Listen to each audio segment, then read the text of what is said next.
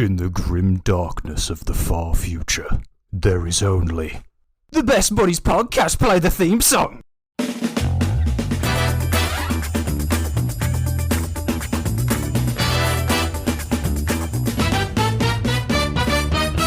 Hello, boys and girls, and welcome to episode 15 of the Best Butties podcast, the show in which we pick a particular topic and talk a load of bollocks, present our champions, and find the absolute pinnacle of that topic. It's a very special episode today, as I'm sure you all already know from previous episodes. It is Warhammer. But I can't decide that on my own. First of all, my name's Brandon, and joining me today, praise the Emperor, we have Jack. Hi. Fresh from purging heretics, it's Ryan. I've purged about 25 today. It's a new high for me, so I'm quite happy with myself on this. Need more Friday. fibre, mate. Come on. I do. On a Friday as well. And he'll paint your miniature. It's Rob. We're just normal men. Just innocent men. But wait, there's more. We can't possibly be judging this one because none of us actually know anything about Warhammer.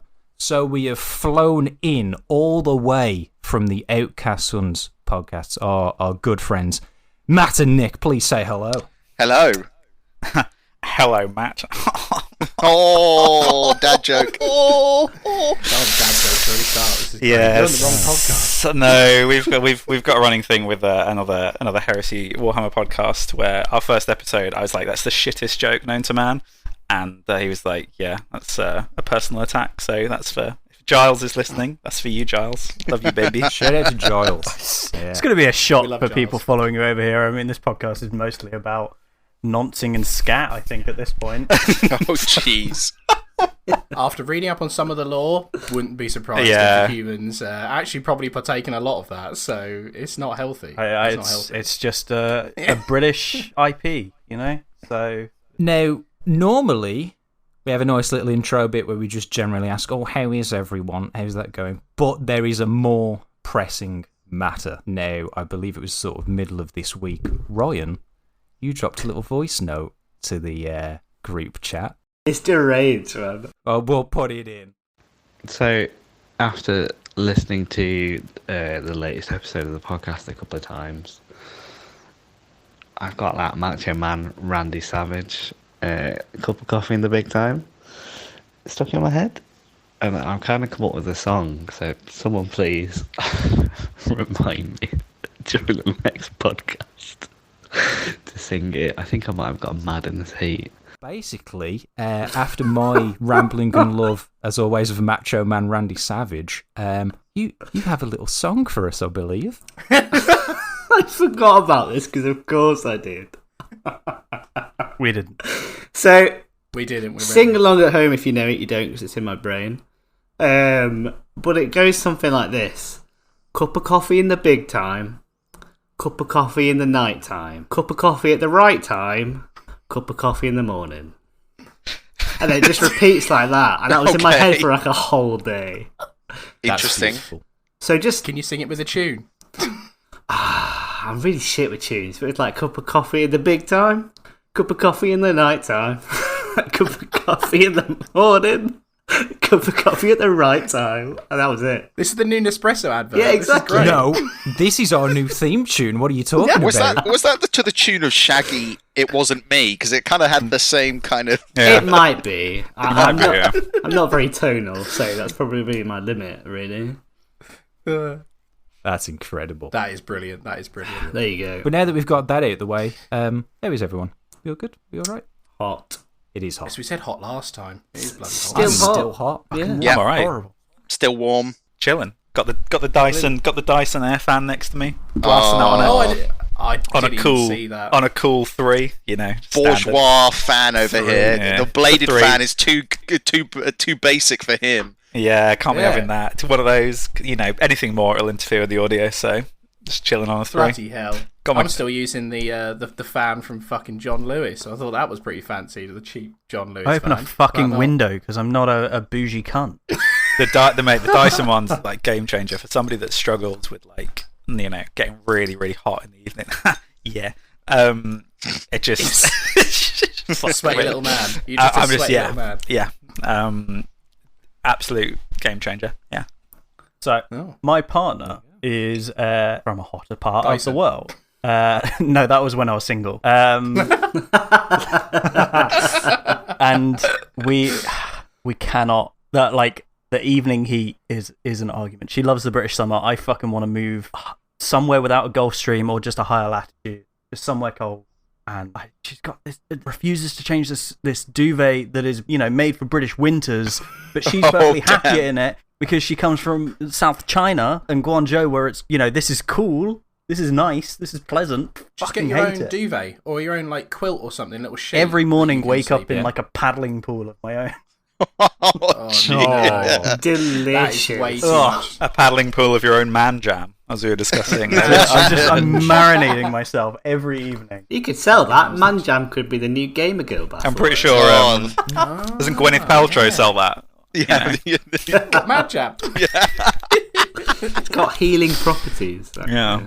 I am male Veldo. Gee. I've said it before. So. I hear it. Words I never expected to hear from Jack's mouth. We can't wait to see that Christmas video drop, mate. Excited. Jesus. I want to see Jack sucking on an octopus or something like whatever. Oh, we've already recorded that. That's for our future Best Buddies I've got Patreon content. Robert has his Gundam lined up behind him. I've got a selection of bad dragons.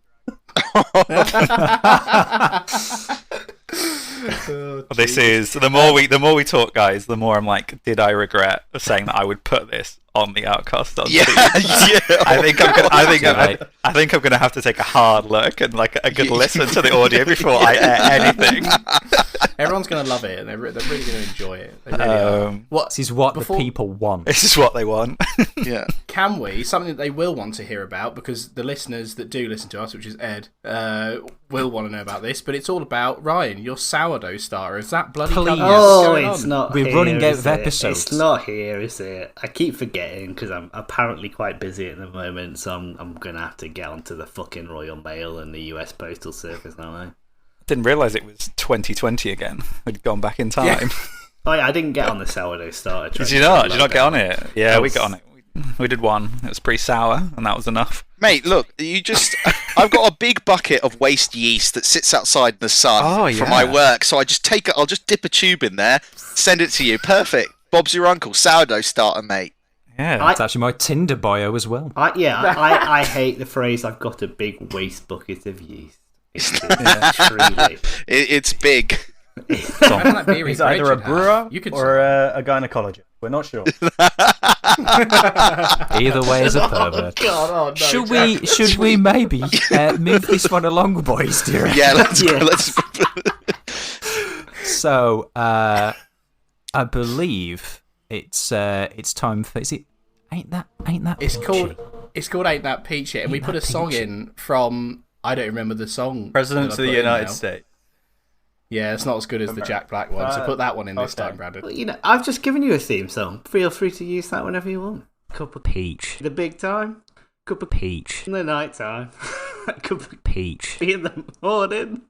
Cup of peach. Be at the right time. Anyone want to kick off? Anyone peachy and thankful? I think Nick or Matt should kick off. What do you like to the podcast? What have you enjoyed? What was your pickle this week? Come on. Wait, what? So what I've enjoyed this week? Yeah. Because we spend the whole episode shitting on things that we all like. Like, we just argue for the next hour, we're going to argue. So we have 5 minutes of, hey, these are things we like. So what... So something I've personally enjoyed this week. So, what have I enjoyed this week? Well, other than the fact all the delightful things that my lovely partner has done for me in the past week for my 30th birthday, those things aside, what I really enjoyed, and if we're gonna, I mean, we've already been talking about yeast infections and things. So exactly. You can't get more. That's right. You don't need to spend. What I really enjoyed this week, and this will link back to where we come from as a podcast, is I did a test scheme for a Space Marine model, and they have a really specific sea green color scheme. Right, it's like really, really specific, and getting it right is really quite tricky.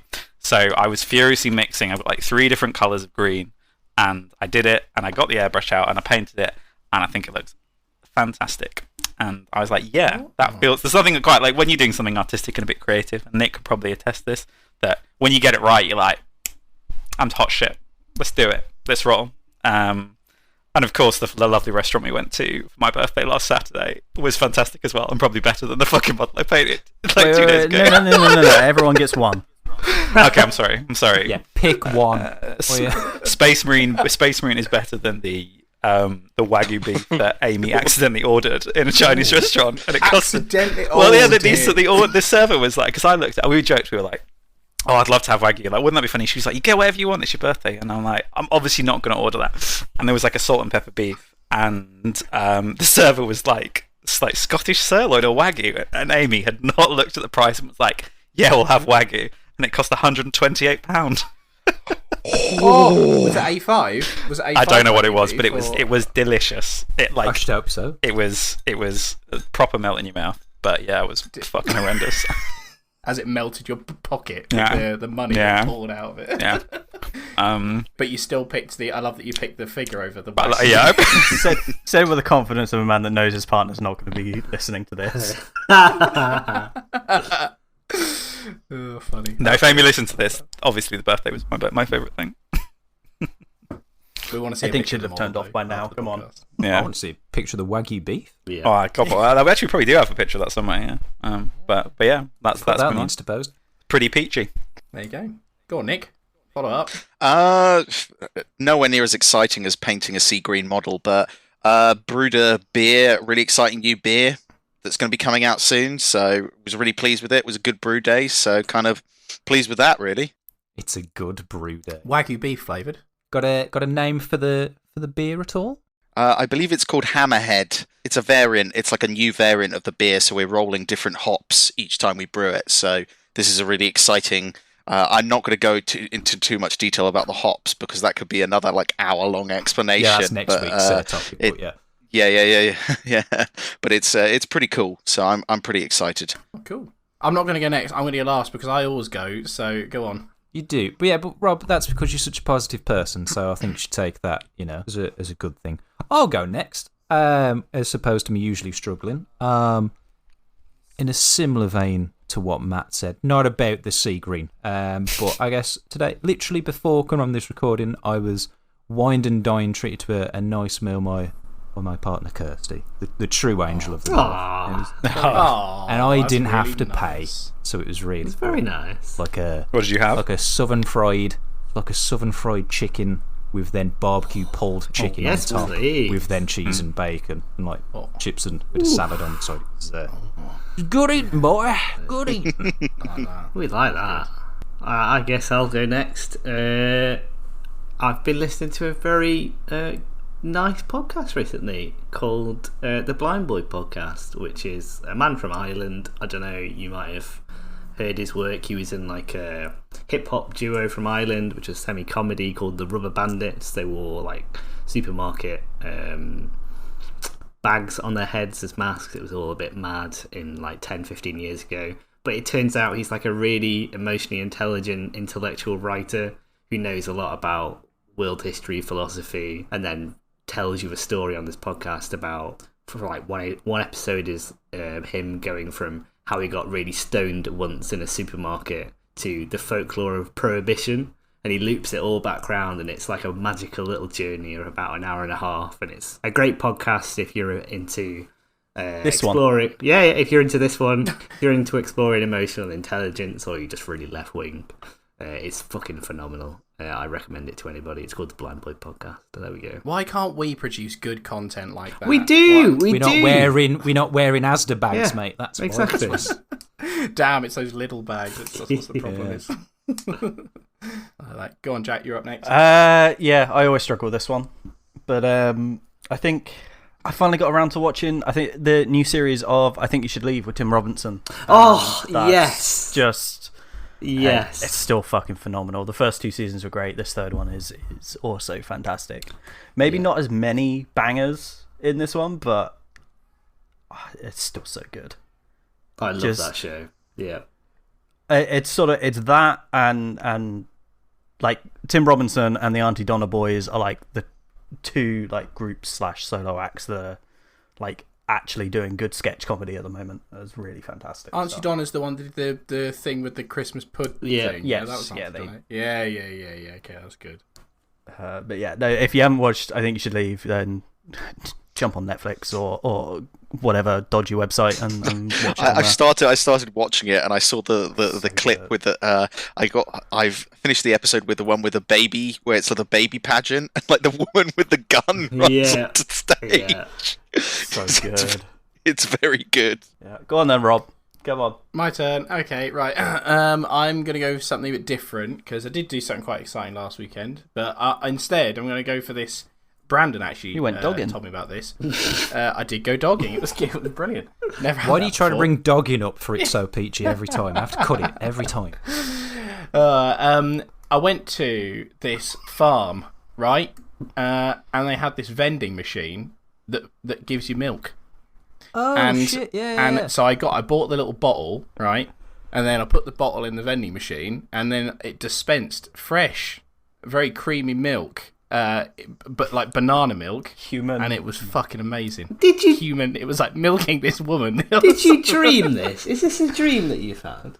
No, milk vending machine. I told him to do it. I'm hoping it's pasteurised because otherwise enjoy that bovine TB. It wasn't straight from the cow's teat, mate. I don't know. It could have. Maybe that was why it was so fresh and warm. But no, it was great. This like cool banana milk, which banana milk, by the way, is the king of milk flavours. You can shove your chocolate milk up your ass. I'm not eating that, drinking that. Oh, I quite like vanilla banana milk. And that sounds pretty boring, but vanilla milk, like, oh god. What's the brand? The brand you can get in like all the UK supermarkets. Fridge. No, not Fridge. No. It's got like a cow on it. Yop. No, it's got like. Oh, I know what you're talking about. It's fucking good. Yeah. What's it called? It's like milkshake. It's almost like we have the internet at our fingertips, guys. Like, is it like the Happy Cow Company? It's something to that effect, isn't it?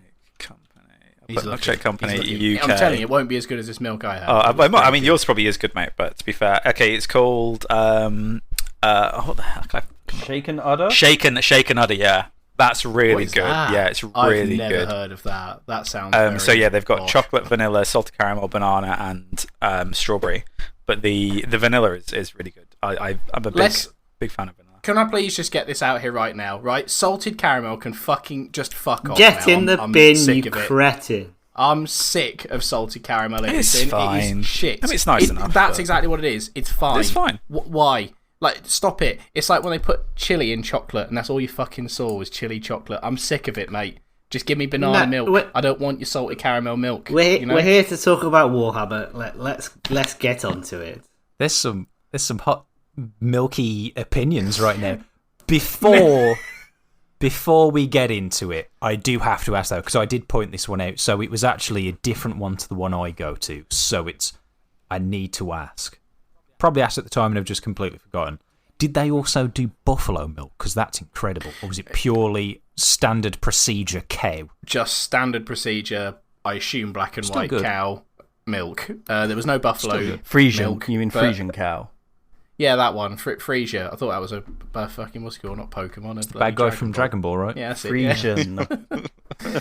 But it was good. It was just standard. You had like a choice of chocolate. I think vanilla was in there. You had banana, and then just regular virgin milk, and it was good. Yeah, it was just really nice fresh milk on a hot day. If you did like that, I would recommend the one that we did before. It's called the Milk Stop.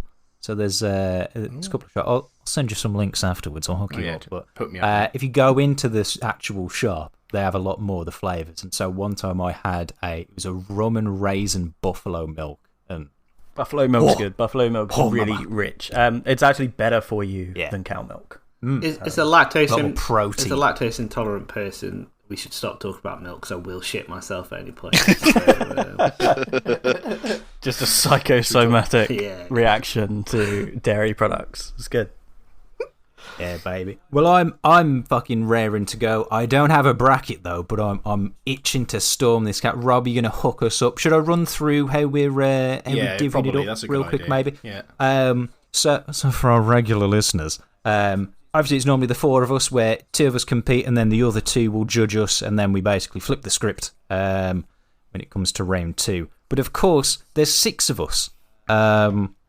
So what instead is happening is still 2 of your standard procedure best butties against each other, and then the other 2 in round 2. But we are at the mercy of Matt and Nick, the Warhammer professionals. And I'm mildly scared that it will be a lot harsher, actually, than usual. And we've had some rough judging in the past. Yeah, I've shouted a lot. I definitely think there's some pretty staunch opinions in Warhammer. Like there's gatekeeping within Warhammer. There's elitism within Warhammer. So yeah, you better have some good opinions, so you can just fuck right off into the bin. Are you one of those gatekeepers? No. I mean, if people want to join, but within what we do, within the Horus Heresy, there are certain right things, and there are definitely certain wrong things that you could be doing. So yes, someone's gonna hold those gates.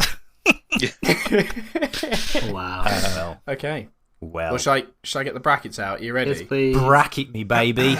So the first up for Nick and Matt to judge is myself and Jack, followed by Ryan and Brandon. And I am actually going to force Jack to go first because I ain't having any of this checking tabs or anything. We're going to go straight in there. Jack's first to get crapped on. Let's go. I can see him shuffling through as we speak. Well, he's gonna choose just a Warhammer, like a really famous actual hammer that was used in, and that's fine. I'd be fine with that. I did have a look. Turns out there aren't that many Warhammers. Like the Wikipedia page is pretty light on Warhammers, and I'm not doing any real research for this shit. Not like I did for Two Girls One Cup, anyway. Yeah, I struggled with this because I couldn't really think, well, do I want to choose an army or faction or whatever the fuck you call them, or other little thing. I know nothing about it. It doesn't really do anything for me. It's not the sort of sci-fi I enjoy. I don't enjoy it. So this is really going to stand me in good stead with the judges, but it's shit. No, I get why people like it. I get why people like it, and I'm very happy that so many neurodivergent people have something to rally around like that. But it's just a bit grimdarky for me in the style of sci-fi that I like. That said, I did Google Warhammer horny, so I'm going to submit the Eldar god, chaos god of lust, greed, excess, pain, pleasure, perfection, and hedonism, Slanesh, as the best thing to do with Warhammer, because there's images here of boobs out, and the Eldar were just sucking and fucking so much that they created a god of lust and pain and kinky stuff. My understanding is they're essentially a Cenobite type thing going on. Yeah, I think the 1985 version of Slanesh is that the new GW Slanesh is very much the god of excess. Excess, right? Oh, so they made it worse. They made it worse. Yeah. So literally everything in excess is what that encounters. Yeah.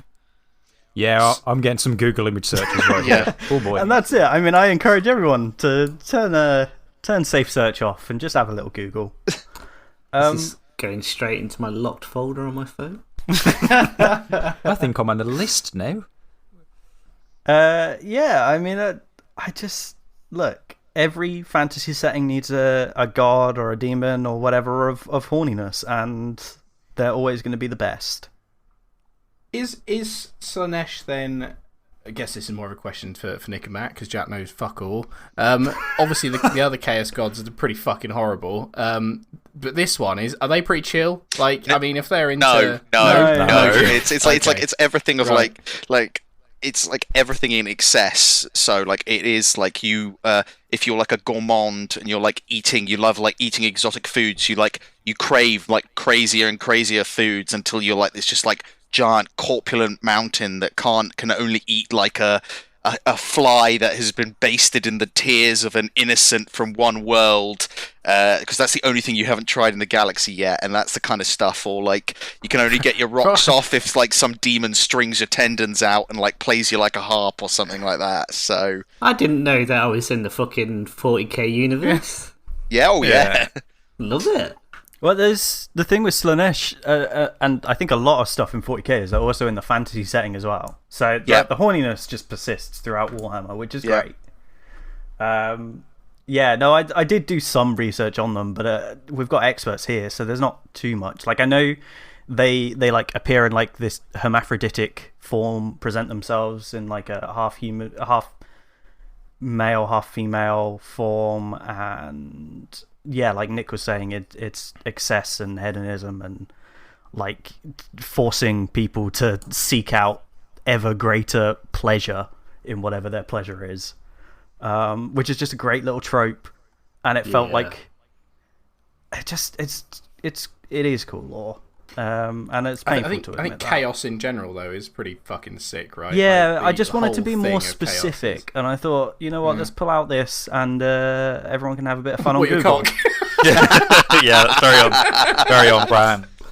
Like the Nick, just so we don't screw up the fact or fucked. You didn't choose the Fulgrim Dorian Gray as your like picture as your thing, right? No, that is a very bizarre. There is a weird short story that is involved that is so bizarre. Like you kind of read it and you're like, I did not expect this to appear in Warhammer. You basically have like there's a guy. For those that know about Warhammer, you have a Primarch. His name's Fulgrim, and he like falls to this particular god Slanesh, and he has like a Dorian Gray style painting that's done by a human. They're called like remembrancers. They're like attached to the Space Marine armies during the Dead Crusade, and they basically document everything. And obviously, all the humans fall to the god as well. And you basically have this artist that paints this picture of Fulgrim that she does with all of the bodily.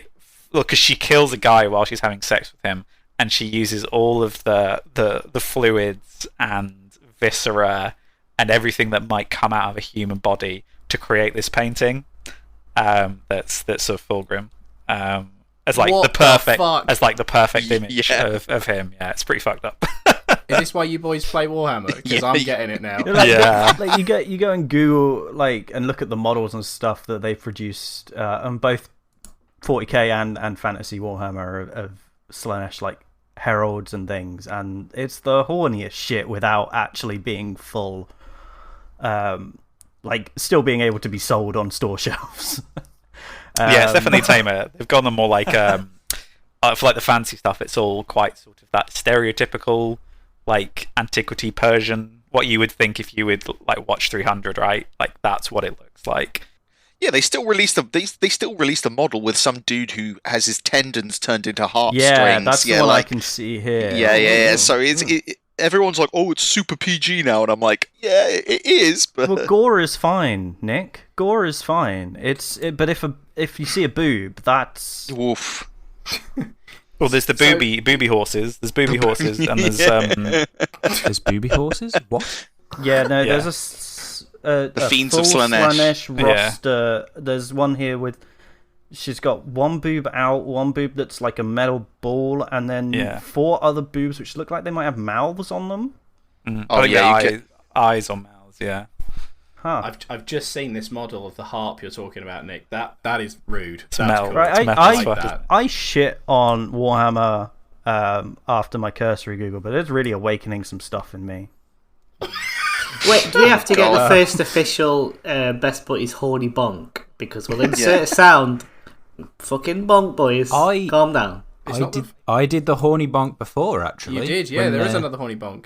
I worry that Jack is going to buy a puzzle box from some like antiques market, and he's going to disappear. Shall I go next? Yeah, you go. Like, if you haven't changed your answer after seeing the titty horse. I mean, I've got more stuff here, but I'll save that for when I inevitably get through, because horny god. Ooh. Okay, now, right, I've not gone horny, okay? What I have, compared to Jack, is your first consumed quite a lot of 40k lore over the past week or so because I think it's fucking awesome. I just don't think it's very accessible. Is the problem? I'm going to clarify. Will... It's more the like aesthetic of the humans and stuff that I don't get on with, and because that's what most of us see as outsiders. The skulls everywhere and stuff is like, look, lads, just fucking. All right, come on. But do you know why that skulls? You know yeah, why? No, I know everywhere? Why, but just put a plate over it or something. Just put a panel over it. You can hide that. Like we don't have all of our computers bits out. Yeah. Like you just. The listeners might not know why. Matt, tell us why. Because it's all analog, which is fucking cool. Well, it's all analog / it's like human interface into technology because AI has been banned for like thousands of years. So, yeah, so basically they had. Leads Oh, yeah, go on. Oh, Rob. perfectly into my thing, right? Okay. Now, listening to all the lore I've listened to, humans are fucking scumbags. Oh my god, they are scumbags. Yep. I cannot believe it, which really isn't a surprise, the amount of genocide, crazy. I was listening to a lot of stuff about psychers recently. I was like, that's fucking crazy. Robert wasn't reading Warhammer lore. He just actually picked up a history book for once. Yeah. But crazy, you're using people as batteries for this fucking beacon. Madness, the whole thing's madness. But anyway, but we have to appreciate how advanced humans were back in the age of technology. So this is like the golden age of mankind, right? And this is the big thing. It's like, yeah, fuck, everything was going really peachy. Then chaos comes along, fucks it all up. Humans get spread across the wider galaxy, I suppose. It's fucking huge. And basically, a lot of all of this this knowledge that was gained during the age of technology was lost. So, what I've chosen as the best of Warhammer is a standard template construct. That is a. There you go, see? Now, what is this? The judges are clapping. I don't know what any of those words mean. What the fuck? It sounds dull as shit. Oh, no. Okay, right. So, an advanced AI database, right? Basically containing the sum of human knowledge. Every fucking thing. Everything. He's chasing Google. Essentially Google. Big Oh. Google, right? And again, this is built during the age of technology, so this is like the golden age. The fucking thing can build anything. This is what's so cool about it, right? And now I've read this. I don't know if this is true, like from the lore, or maybe this is just fanfic, but I heard that the way it works is it can break down resources into molecular like components, then rebuild it into whatever the fucking hell it wants, right? Yeah. So this thing builds It's a Star Trek replicator. warships. I mean, yeah, exactly. But it's fucking cool. It builds warships. It builds weapons, buildings, probably pizza. Now, if it can fucking build pizza, then space pizza, it's a Star Trek replicator. It's fucking brilliant. Absolutely brilliant. This old technology is so fucking good that Imperial forces will go at any length to fucking get any of like old lost stolen STCs or even copies of them, which I would like to imagine is on like a USB stick. Oh no, sometimes it's on a piece of paper. It's like on a printout, like one of those old... it's just a printout. Like sometimes they have like wars over literal printouts where like those really old printers that had the little like holes punched in the paper on the side, like literal printouts. It's seriously, like, they have like whole wars over them because it's like they can't find like a fully functioning one, so they only find like little like USB or a floppy disk or like a printout of like the schematics. How mad is that? Yeah. Like they are waging wars over bits of paper. Like that's how fucking good these are, right? And how like valued they are. I think there's a group called the Adeptus Mechanicus. Yep. Is that correct? Yeah, that's right. And they're fucking real thirsty for it. Like, yeah. Fuck yeah, man. Like they think these STCs are gifts from the mechanical gods, which is like, that is so fucking rude. And then, as I said, it's kind of all like been fucked up now because the age of strife, I think, when chaos was like, get fucked, humans, like we're going to fuck up your massive colonization. They fragmented these civilizations basically near to extinction, I believe, and then all of these STCs, because I believe they were sent out with different civilizations. Is that correct? So basically, every colony ship went out in like the unified government during the dark age of technology. Jumping in here they sent off, each colony was basically like, okay, we're sending a bunch of farmers to this like world that's really good at growing wheat. They're probably not going to know how to like build a tractor from scratch. But here's one that they're like, oh no, there's like a giant aggressive cross between a scorpion and a bumblebee on this planet. How do we defeat it? And it will just like, they could input it and it's like, oh yeah, here's this lightning gun that does it, or something like that. And things like that. So, but the greatest thing is like in the present day is like some of the vehicles that are like armored vehicles are actually like adaptations from like farm vehicles. Like, yeah, that's sick. Yeah. Like, how rude is that? Like, it is the coolest fucking thing that it can build whatever the fuck you want. I mean, okay, they're not really around anymore. They're all very rare, but still the coolest thing in Warhammer. When I was listening to it, I was listening to all these cool like armies. I was listening to everything about the Primarchs. Like, this is cool. But this stood out. I was like, if I fucking had this in my house, imagine the food I could make. Imagine the cars. Yeah. Imagine the Volvos I could make. Oh my god. You could establish a space empire, Rob. Exactly. Of Volvos and pizza. So, there you go. That is my sort of offering. Is the standard template. Jack's construct. raising a point here. First of all, severe lack of boobs. And cocks. You could print boobs. And print boobs. Yeah, disembody. It's not as good. Just not as much kinky stuff there. Secondly, my main thing with that is, okay, that's a cool concept, but it's not necessarily a Warhammer. It's just a sci-fi thing. I think this is just Robert doesn't really read sci-fi. Is my thing. Because it's just a replicator. Like, it's a thing that's existed in sci-fi for generations, and you could argue that tits have been around before Warhammer as well, so I don't think you can make that. Oh no, they're just a Warhammer thing. Right, Ryan's got his hand up. Go on. What are you gonna? Yeah. When everyone was moaning last episode that my TARDIS answer was fucking, but not last episode, the episode before, that my answer was bullshit because it's a TARDIS, it can do anything. This is Rob's equivalent of that, and now I understand how bullshit answers when they win is bullshit. So fuck you, Rob, if this goes forward past this round. Well, he's not won yet. I was just saying, it's just not like. I'm rallying for Jack. Let the Horny win. Yeah, like you know what to do. It's something that's so common in sci-fi. Like the Warhammer twist is sort of just it exists within Warhammer's universe. Like, what, and tits aren't popular in sci-fi? That's fucking ridiculous. Oh, tits is popular in everything, but that's why I brought it. And hey, it's not just tits. There are cocks and everything else as well. Like whatever tickles you. Like whatever you're into. Inclusivity, of course. But I love that even when we've got in specialist judges, you lot can't resist shitting on each other. Let's hear what the actual judges have to say. Go on. What do you think? It's a difficult one because like they're both really cool concepts. It's a sci-fi Argos catalogue. Come on. Yeah, but there is something really cool because they like a lot of the times in the fluff they're like, oh, we're gonna get like this STC and it's like some like crazy thing, and then that they inevitably like, well, of course plot points because no one can win.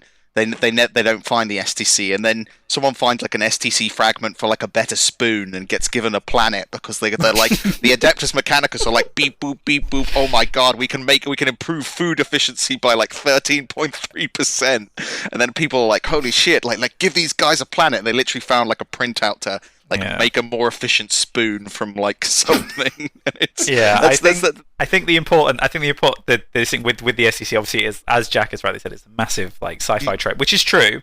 But because we're talking about 40K. I'm not ordering tea Earl Grey hot. I'm not fucking interested. We're talking about 40K, and obviously a massive point for people who maybe do or don't know about 40K is that the STCs are so important because nobody knows how to make anything anymore. Like there is complete.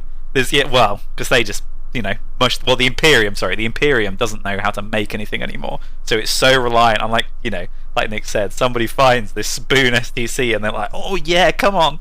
And also you get the STCs that make there's an instance of an STC that makes AI robots and it's been corrupted by chaos and it's like spaffing out these like corrupted like AI robots, which is super cool.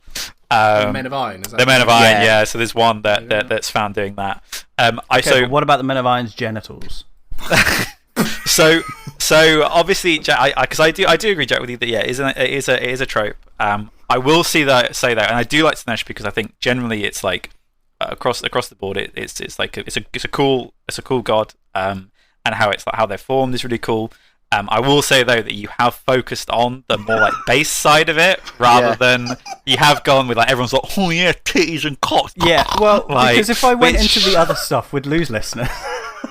I think when you're dealing, well, you could have been like, oh yeah, there's like these particular cool guys that have fallen to Slanesh. Basically, if you'd done your fucking research, which you haven't. So which I'm sad. Look, I did my research. I just got distracted, and no one can say why. So I don't know. My vote is with the STC. Don't fuck me, Robert. Before I cast my deciding vote, is Brandon, you have a point? I have it. Well, it's just a question because I haven't gone that deep into that particular thing. But spoiler alert: my choice is not the STC. So it's a big printery thing, right? Everyone loved it, and then what happened to it? So did it break? So basically, everyone like sent these out, and basically what happens in the Age of Strife is like the Psyker gene, which is the gene for like psychic powers, started to emerge more and more in humanity. And the problem is the psychic gene, like psychic powers, you're linked to the warp, which is like a completely different realm. And there are nasty things in the warp. And so like people who are like uncontrolled psychers going around, people might be like, oh dude, Jimmy, you can levitate. And then suddenly like Kurgoth the Destroyer implants himself in Jimmy's brain, bursts out and like just starts wrecking shit, and that's what happens. And so it started happening more and more, and like warp storms happened and stuff like that. And then basically like people fell into barbarism. People forgot how to turn off the thing or like preserve it properly or let it get wet. And then basically, that's what happened to basically. Okay, so basically the plot of Dragon Quest Builders. Good shout. Good shout. Yeah, okay, I understand it. Because my quick point was like, why didn't they just print more of them? Well, STCs that make STCs, yeah. Right. But there was another thing that was the big lead up to the Age of Strife, is they also basically humanity became like super utopian. Well, not for everyone else in the galaxy, because they were just like, oh, we've created like the universal robot soldier called Men of Iron. And so they just started printing them. And then because the Men of Iron were like AI, the Men of Iron were like, yeah, fuck you guys, and like just turned on humanity. Not all of them did. They had this huge war called the Machine Wars, fucked everything, like technology destroying stuff was used, like viruses, like AIs thrown at each other. It was basically just a bad time. And then you had demons popping up out of psychic people. It's a bad time. It's a bad time for everyone. Yeah. It's a bad time, man. Yeah. Jack, you have a point? Yeah, I just a replicator versus a god known as She Who Thirsts, and who was formed by a species, a race, whatever you want to call it. I'd rather call them. What do they do in Warhammer now? Because obviously D&D and everything is moving away from race because that's not right. It's just called the Eldari species is what they're called, or the Eldar, basically. The Eldar, yeah. They were, sucking and fucking so much that they made a personification of their own lust and hedonism, which is just sick. Like, the orgy, a planet-wide orgy is just going all day and night until a demon steps up and just decides to destroy It's even all. worse than that. It's an interdimensional one, because they had like their own transport network called the Webway. So they had like loads of cities and planets inside this interdimensional thing where people were also doing that. That's it, because the Webway is separate from the warp space, which is where the chaos goes. See, I've done research. Yeah. I got sidetracked. To give Jack his point, it's like it wasn't just a couple of planets. They were like Empire was like even more utopian than like mankind at its peak. But the problem was they were also super psychic. And they were like their emotions, because the warp is like a reflection of emotion, basically. And the emotions like got more and more. And as they were like, oh yeah, I'm not getting enough of like, I don't want to do like normal elf cocaine. I want to do super elf cocaine.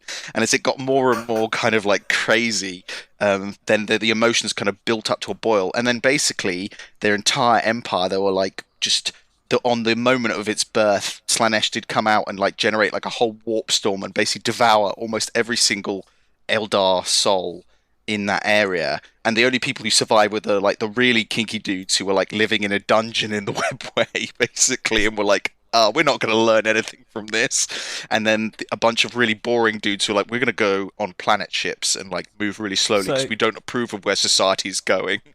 So when you say that the humans were in a utopia, really the Eldar were in the utopia. Yeah, they were in the utopia. Yeah. But anyway, who gives a fuck? Because you can just print dildos, so who cares? Nick, who are you picking? You can do that in Star Trek and all these other sci-fi things. Well, like, it's the same shit. We're talking about Warhammer. Chosen a section of which is like my favourite area of like Warhammer lore, so I'm really sorry. I'm going to have to give it to Rob.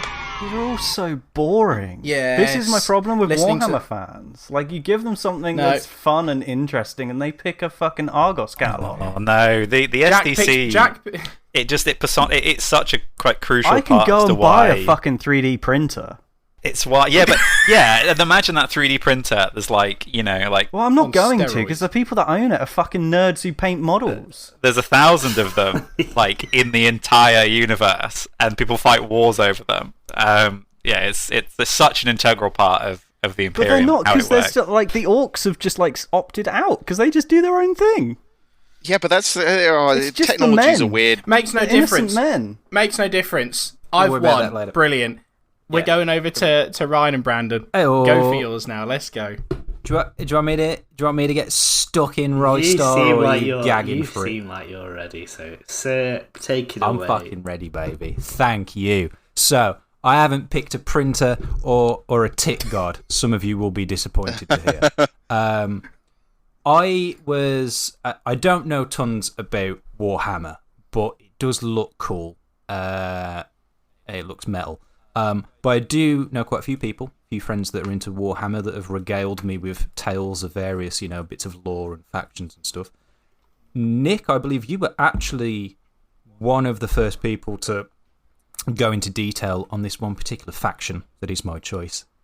And they're fucking incredible, man. So, it's all Warhammer, it's a 40k faction, right? And as we may have touched on, or for those of you who don't know, it's kind of a bad time, the Warhammer 40k universe, right? The words grim and dark have been used to describe it. However, there is one faction that is just having the time of their life, and I am a big fan of positivity and a positive mental outlook, right? It's the inspiration for Cyndi Lauper's Girls Just Want to Have Fun. It's, of course, the Orcs, boys. It's the 40k Orcs. It's incredible. Everyone else is just sad, whinging. Oh, it's all miserable. Everyone's dying, being sacrificed to various gods or endless war. I'll never see my family again. Boo-hoo. Orcs are just loving life. They're built for it, having a great time. But then you go into the lore, and for such a serious, dark thing, they're so absurd that it's genius, right?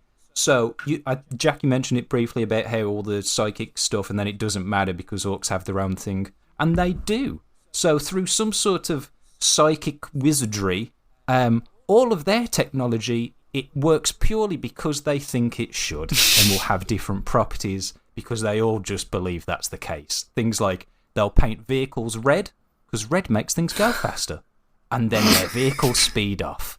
They'll paint their commando units are all in black because black's stealthy. It's purple, actually. Things like that. Is it purple? Yeah, it's My purple. apologies. You get the idea. Either way, the point stands.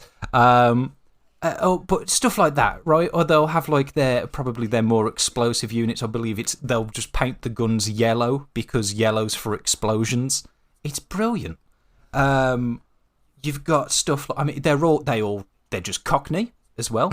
Brilliant. Wait, is that true? They're all Cockney? Yeah, pretty much, yeah. Any orc dialogue is basically just get me the fucking shooter. Yeah. It's incredible. Yeah, pretty much is. Their descriptions of the other races, if we're still calling them that, is hilarious. Just Humies or the Space Marines, Beakies. I believe the Eldar is just like Scrawnies, I believe. Just stuff like that. Just the most basic idiot description. It's brilliant. It's so good.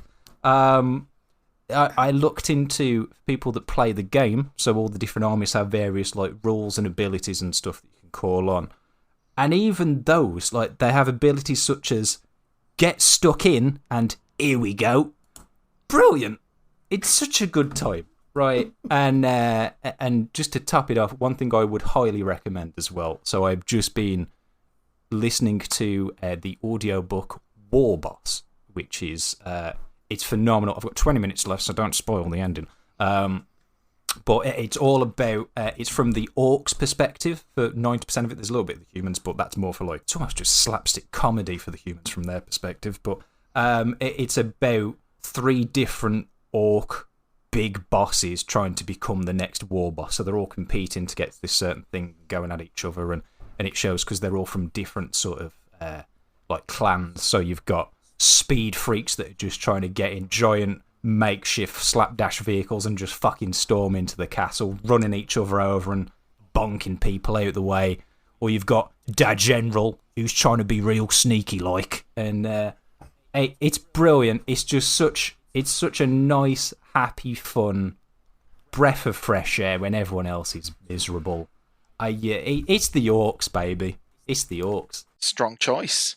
I think because they add, like you said, a bit of, comic relief in there, which I think is needed because it is all pretty awful. But at the same time, like, there is some artwork for them which they are absolutely like horrendous and so scary. The super original, like the way they fight, like the way they get bigger and like stronger and like basically become more powerful within the clans, is like their biology rewards them for fighting, and if you bash someone's head in and you break your arm or something, you'll just gain more muscle mass and gets bigger and bigger and bigger and bigger, and that's how they sort of advance. Wait, what? It's like Dragon Ball. Yeah. Yeah. They're basically their origins are they were designed as a weapon fought in a war billions of years ago in the galaxy, and they are the ancestors, and they're basically like a living biological weapon. So the survivors get stronger, bigger, smarter, kind of like, so literally war bosses will be bigger than the ordinary orc, but any orc can be a war boss if they survive and are good at crumping things, as they say. Yeah, aren't they? And they're all fungus as well. Yeah, I which was is quite... literally about to say mushrooms. they're all mushrooms, aren't they? Yeah, they all reproduce mushrooms, by spores and stuff like that. Yeah. And they have their own ecosystem they take with them and all sorts of stuff. And then they have like they're comedic, but they also have horrible things. Like one of their weapons is called the big shock attack gun. And basically what it does is it fires like a small like sub-variant of the orc, which is basically an aggressive goblin. And it fires it through the warp inside you. So like when it targets like a space where you suddenly have this goblin appearing inside your skull, which is probably not going to be a good thing for you. And so it's actually genuinely quite horrible. Like if you think about it, they're like they find it very funny, but also like you're suddenly like, oh, that's actually quite. Well, yeah, the orcs from everyone else's perspective is an absolute living nightmare. It's some of the most brutal, things that can happen is normally from the orcs. But from their perspective, hilarious, having a great time. Great laugh. Do orcs not shag them? Because no, they're mushrooms? asexually reproduced. When they die, they release a load of spores that the mushrooms grow, and they like grow under the mushrooms and just pop out. That's pretty cool. Their currency is also teeth as well. It is teeth, yeah. Go on, Ryan. Right. So, like last week, the Cup episode, does everybody want to guess what I've chosen? If you have any knowledge of the Warhammer universe. Oh, I could probably guess. I think you've chosen the Stanley Cup again. Yes, we have a winner! No. I had to go with my heart, although there is a cool Warhammer Old World Fantasy character called Grimgor Ironhide, which I think is a really cool lore. But I'm not a huge fan of 40k. Sorry, lads, don't fucking rinse me for that. But I've gone for Warhammer Fantasy, and I had to go for the Lizard Men because they're essentially dinosaurs. And guess what? Your boy, he's done it. He's brought them back. Yeah. But I'm going to take you through it in terms of the old world fantasy setting rather than the Age of Sigmar, because the Age of Sigmar sucks balls in my opinion.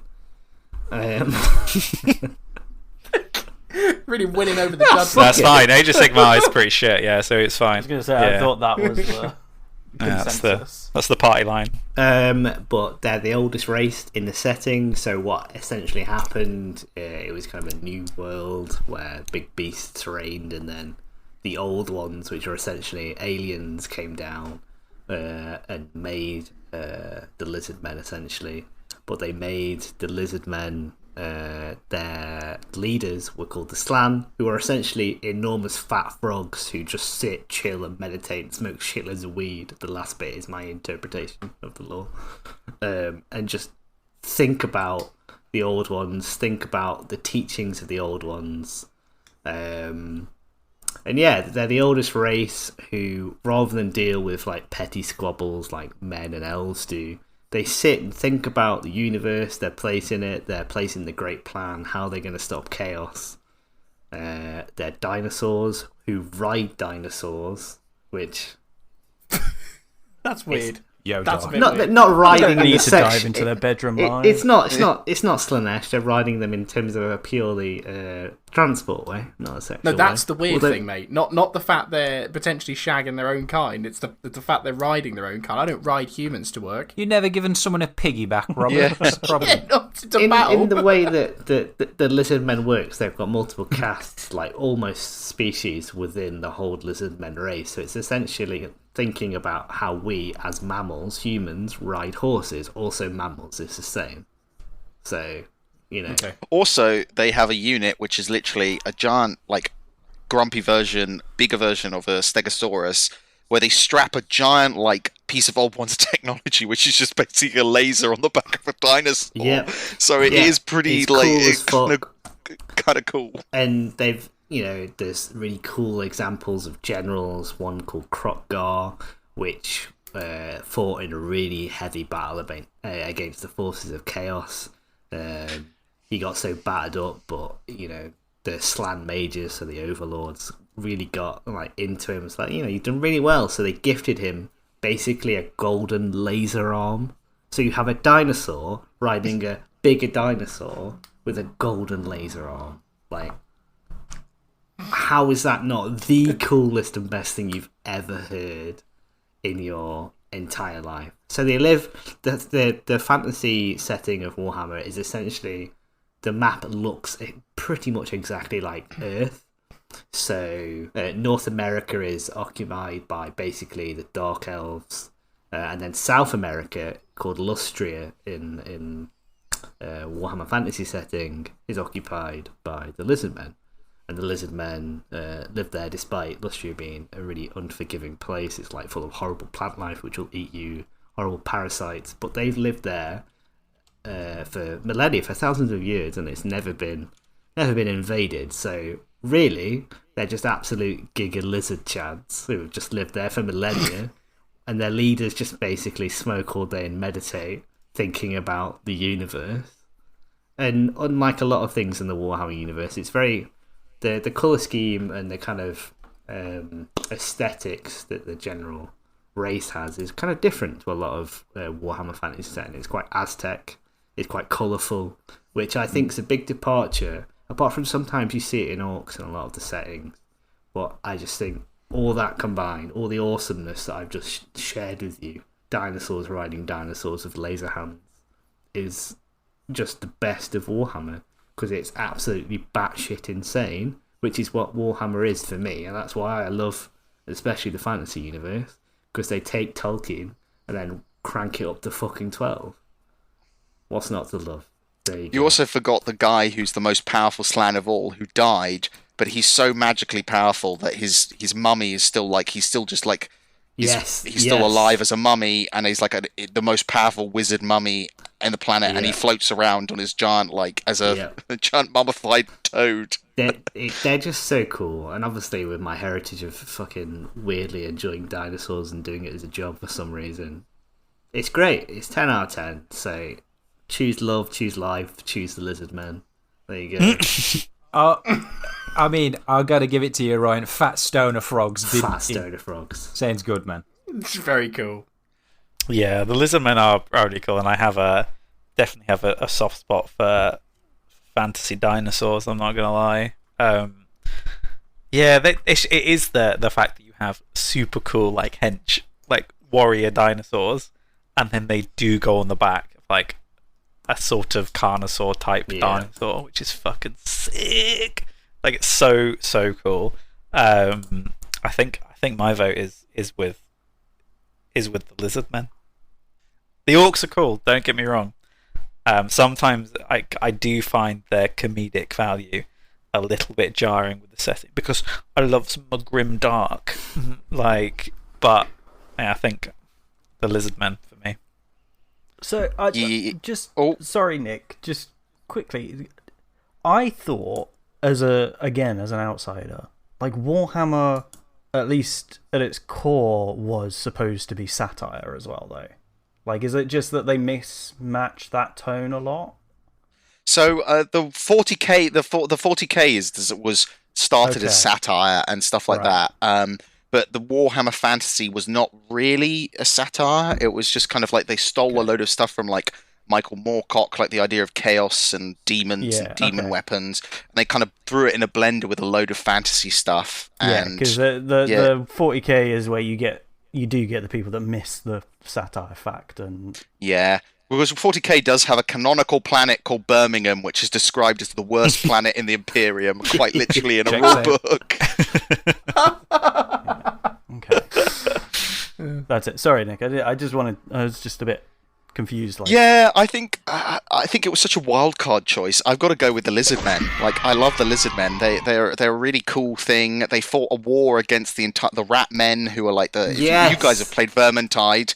Literally, like the secret rat men. They burrow all the way to Lustria, and they're like, and the lizard men are like, nah, this is not happening. You're not coming here. One lizard man went on such a fucking rampage. He killed so many Skaven, the rat men, that he summoned a snake god. Yep, which is extremely cool. Yeah, but how many boobs did the snake god have? It's a lizard. Or other genitals? How many cloacas? A lot of cloacas. A lot of cloacas. It's Lisbon. Fair play, man. I do want to know real quick, because you said, Matt, just earlier about the orcs, that they're actually really scary. Now, obviously, you've just said about the gun, Nick, the whole chaos fucking goblin in head thing. What actually makes them really scary? Because they're they're basically biological war machines. So you can kill them on a planet, but unless you like burn the ground and like literally they will keep re-emerging, and they instinctively they have like a biological programming where every orc knows how to build a gun. Every orc knows how to make an axe. And they just know, and they form societies really quickly. And it's also the fact that they are like a biological war machine. Like, they can survive temporarily in the vacuum of space. They could go through the warp unshielded. They literally like ride on space hulks, which are like nightmare conglomerations of ships and stuff like that. And they're just terrifying because they can appear anywhere and like huge numbers and basically just destroy your planet. One minute you're like enjoying your paradise world, and the next thing you've got like 13 million screaming jacked up dudes with axes riding giant motorbikes with giant like walkers the size of your like skyscraper that like have like I-beam lasers and stuff like that, and you're just like, oh god. Yeah, I think it's always been sort of the scale of it as well, because it's always just an absolute swarm, a huge horde of orcs, and it just seems to keep going, and they just don't have any fear of, actually being killed. They don't give a fuck. They're just going to go head first at you, shouting, shooting, looting. Well, there's the crazy example of that is, so like one of the Chaos Gods, Khorne, is like the Lord of Bloodshed and Battle. So this orc basically rides like his Space Hulk into the realm of Khorne in the warp, and his boys like get out there. They're like, "It's gonna be a good fight, lads," and they just start tearing up shit in this Khorne thing. And like Khorne is like lobbing more and more progressively worse, like demons, like bigger, badder stuff. And eventually he does kill this orc, but then he realizes like, actually, this dude is like so hard. Like, even though he doesn't worship me, I've got to bring him back. So every time his army gets defeated, this guy, Tusker Demon Killer, is brought back in the warp because he's just so hard. Like, Khorne is like, I have respect for that. Like, it's quite cool. But on the flip side, there was also apparently a story where there was a horde of, because obviously it's very much this sort of psychic thing where if they believe something's the case, then it sort of happens. So there was a story where there's just like, orc horde rampage and taking out, I think it was just the sort of basic dudes. Yeah. Not like Space Marines or whatever. They've run out of ammo. And so they all just hold up the guns and just start shouting bang, and then the orcs think they're being shot.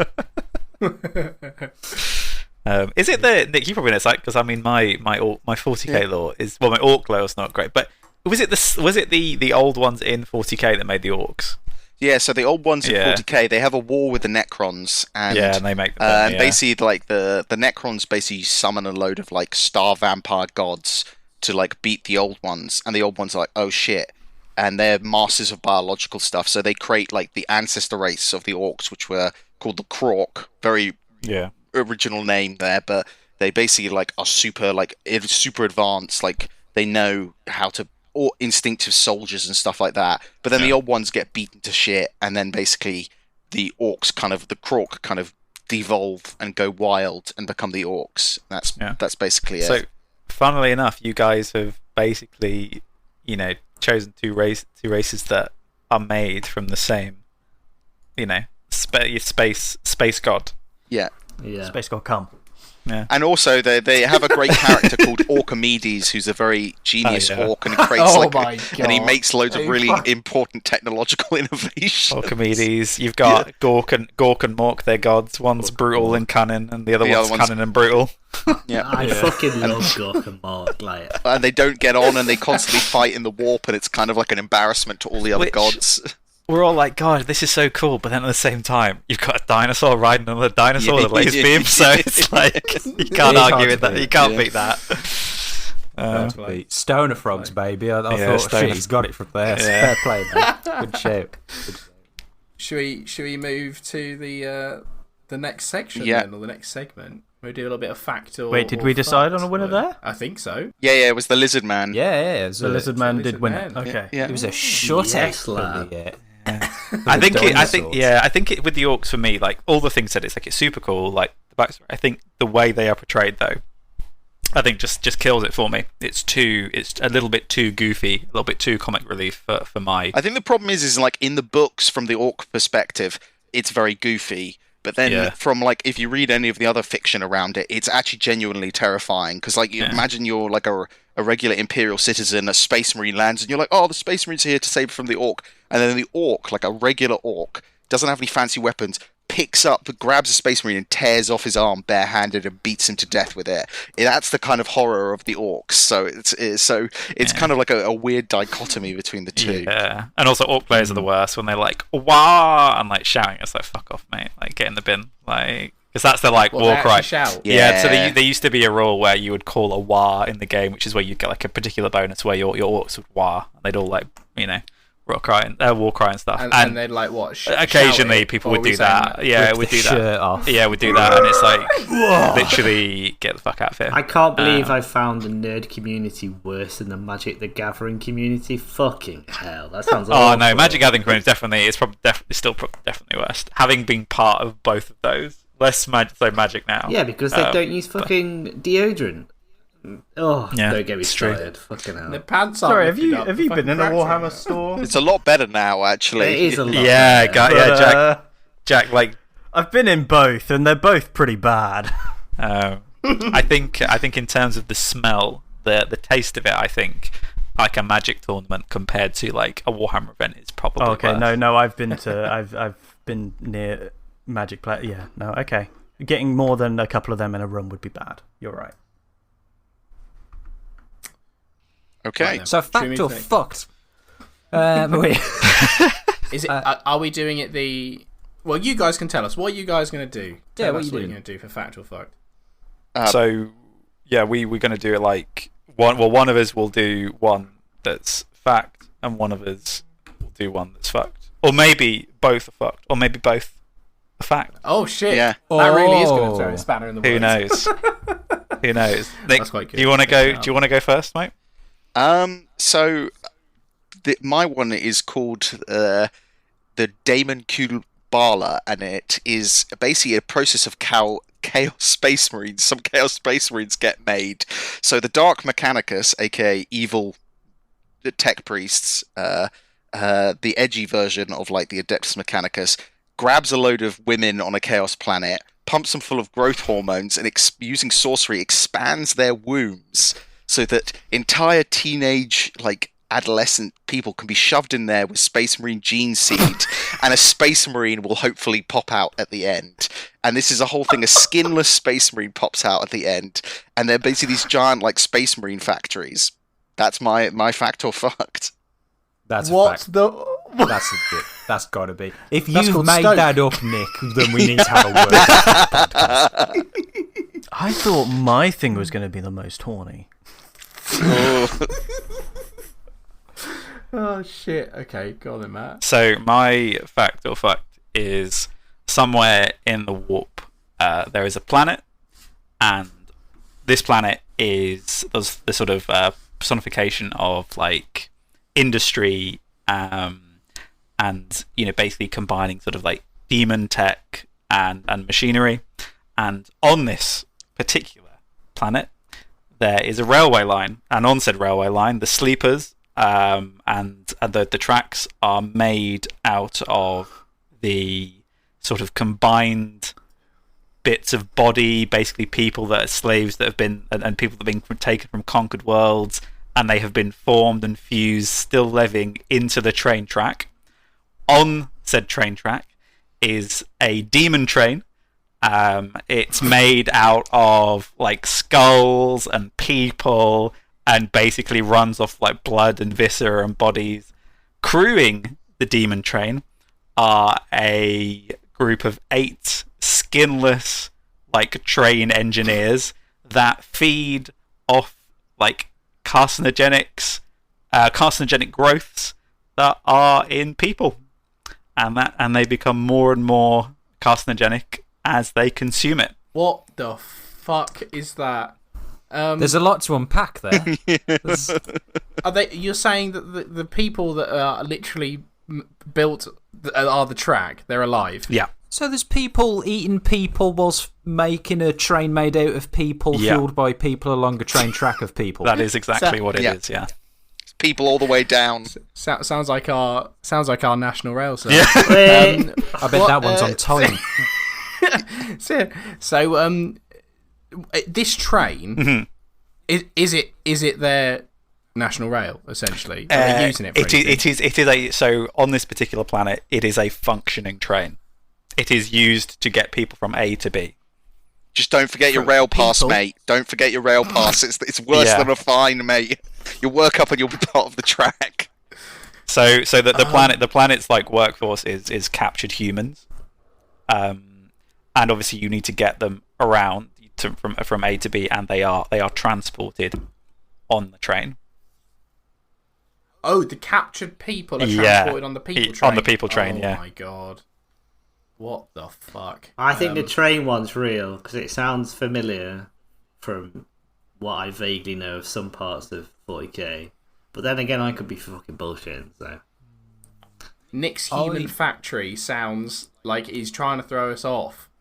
Like that. I mean, it's a train within a train with some bullshit on it, so they could be both bollocks, couldn't it? I think it's one of these where there's something very similar, but it's not a person train, and so he's put a little twist on it to throw us off. I think it's more like that. I personally am going to say that Nick's Space Marine baby makers are legit, but the dude train is. I want Nick's fucked. to be true, because if not, then those are some issues that Nick has to unpack. Needs to I was unpack. gonna say, the problem is that Nick has like his fan fictiony lore stuff is his wheelhouse.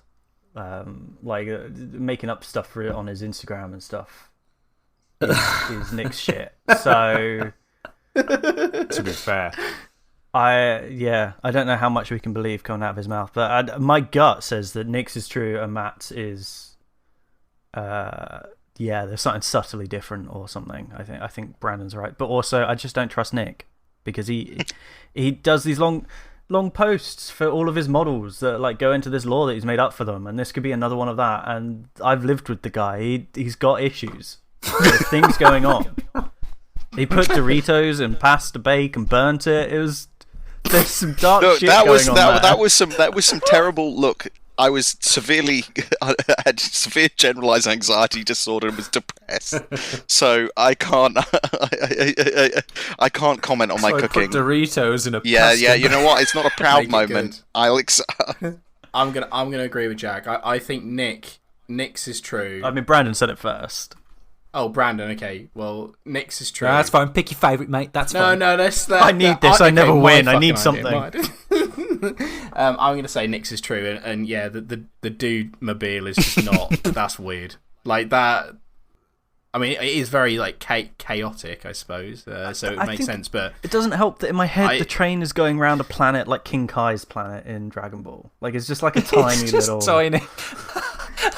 Which Bubbles is running around. Gets that, so that's good. Yeah, that's what I'm going for. What is that? We're all going for? That we all agreed on? I guess so. You can have a difference in opinion, Nick, right? Yeah, yeah, of course you can. Yeah, it's all bollocks anyway. Yeah, it's equal bollocks. So I'm gonna go with you guys. Okay, so Nick, yours is true, and Matt's train is not true.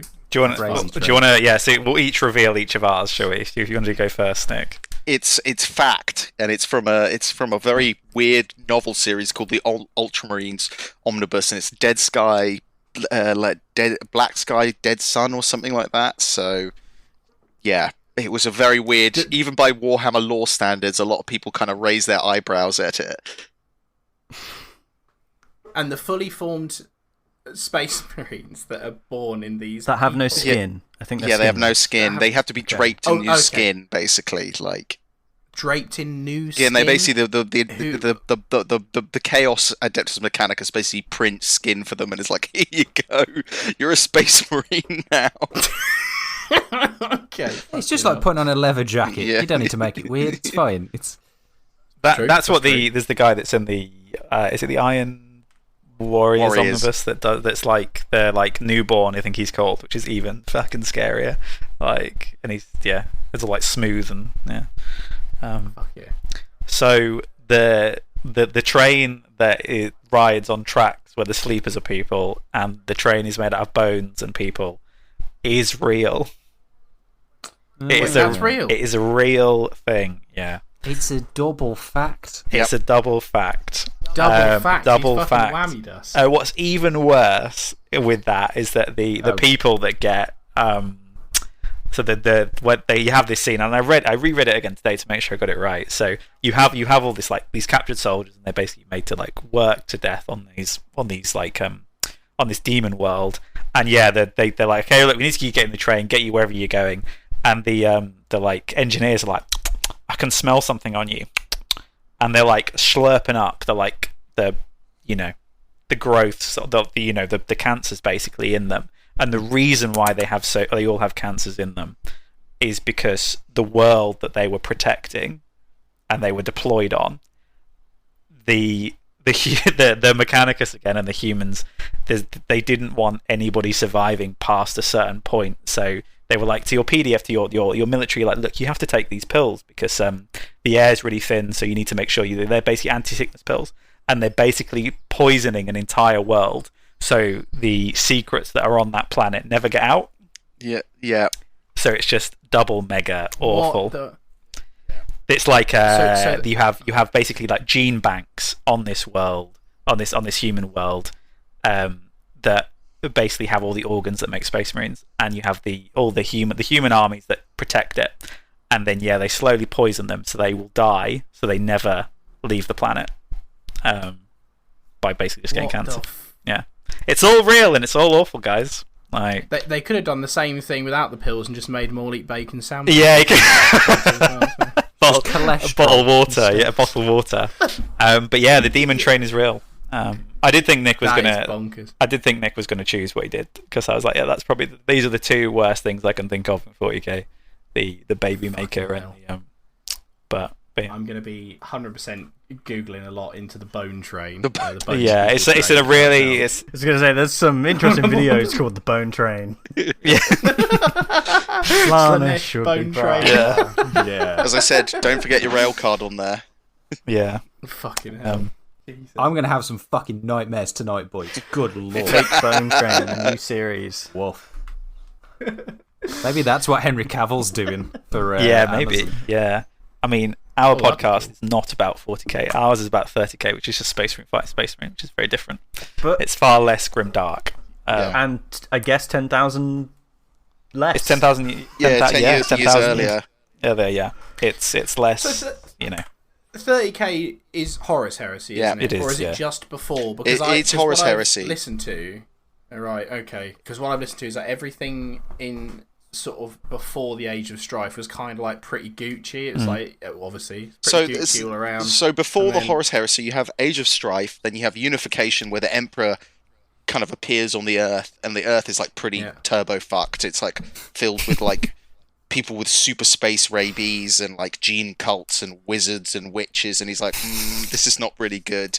So he creates his own army of gene-bred psychopaths and smashes Earth, goes out into the solar system, and starts the Great Crusade, where he finds the Primarchs, and it's all like, we're going to reunite humanity, and it's going to go all super good. And then the Horus Heresy is where like the universe is like, not No, today. Yes, Ron. I really hope people that wrote Warhammer lore are doing well, are in therapy, and generally having a nice time, because it seems like they might have been in a bad place at one point in their life. yeah. not good. So 30k, it's just goody and baddie Space Marines. Probably many people would argue it's just varying degrees of bad guys. But, Yeah. But so there's none of the other aliens and shit. They're mentioned, Yeah. but it is more like, it's because humanity at that point, again, is like the main force in the galaxy.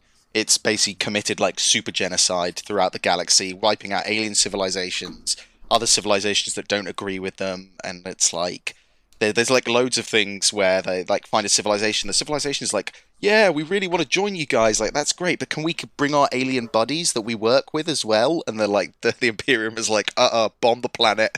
Bomb it. Yeah. Bomb it to Can you glass, bring our like basically. alien tech monkeys along, Yeah. but like make these cool weapons? It's like, no. Tech monkeys sound incredible. Yeah. What the fuck? And no, we're going to virus bomb you instead. Like, And then it's basically, things. Then like the chaos happens, and then it's all starts to go horribly wrong, and then a load of the Space Marines betray another load of the Space Marines, and it's all like, well, this is the start of the decline now.